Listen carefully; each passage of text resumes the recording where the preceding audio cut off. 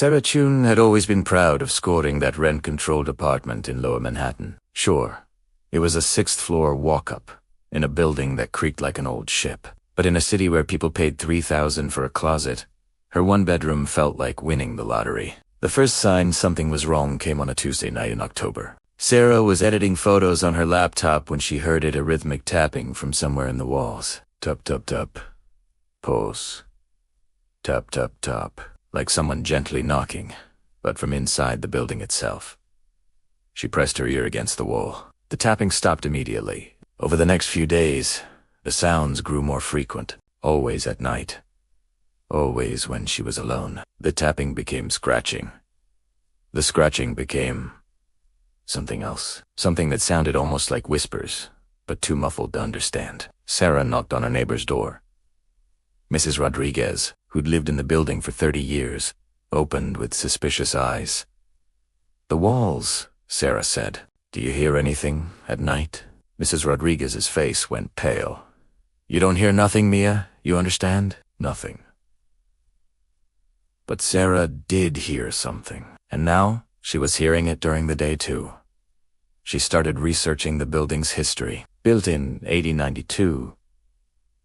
Nothing unusual in the public records, but when she dug deeper into old newspaper archives and city planning documents, she found something strange. The building's blueprints didn't match its actual layout. According to the original plans, there should be another apartment on each floor, an apartment that simply wasn't there. That night, Sarah took a flashlight and examined every wall in her apartment. In her bedroom closet, behind a loose section of drywall, she found a door, painted over so many times it was barely visible, but definitely a door. The whispers were coming from behind it. Her hands shook as she pried at the paint with a knife. The seal broke with a sound like tearing skin. Cold air rushed out, carrying a smell of decay and something else, something sweet and nauseating. Behind the door was a narrow hallway she'd never known existed. Emergency lighting flickered weakly along the walls. At the end of the hall was another door, slightly ajar. Sarah knew she should leave.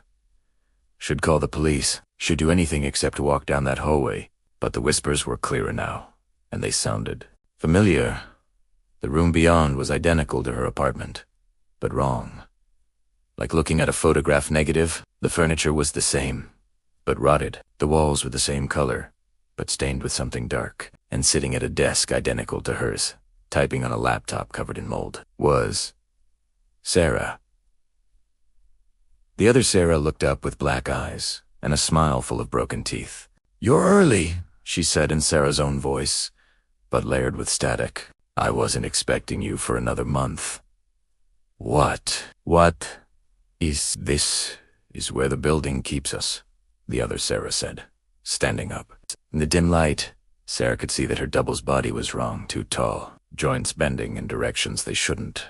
Every tenant who stays too long, every person who hears the sounds and comes looking. "We become part of the building's collection." Sarah backed toward the door, but it slammed shut. "The building needs us," the other Sarah continued, her form becoming more distorted with each word. "It feeds on urban isolation, on the loneliness of 8 million people pretending they're not alone. And you, Sarah Chun, you've been so very lonely." That's when Sarah realized the horrible truth. She looked down at her hands. They were pale, translucent. She could see through them to the floor below. "When did I die?" she whispered. 3 months ago," the other Sarah said gently. "Carbon monoxide leak. Remember, you went to sleep and never woke up." Fed you dreams of still being alive. Sarah remembered now. The headaches, the confusion, the way her neighbors seemed to look through her, the way her phone never rang, the way her photos never uploaded to her client servers, no matter how many times she tried. "Everyone who hears the sounds," the other Sarah said. "Everyone who comes looking, they're already gone. The building calls to us. It collects us, and now that you know, you can join the others." The walls around them began to shift and breathe. Sarah could hear them now. Dozens of voices.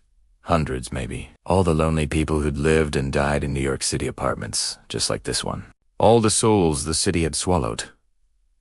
"Don't fight it," the other Sarah said, reaching out with fingers that were now more shadow than flesh. Being alone was killing you anyway. At least, Ariel will never be truly alone again. As the darkness closed in, Sarah's last thought was that she should have known. In a city of 8 million people, the most terrifying thing isn't what's hiding in the shadows. It's realizing you've been a shadow all along. If this story gave you chills and made you question every creak in your apartment building, smash that like button and subscribe for more urban nightmares.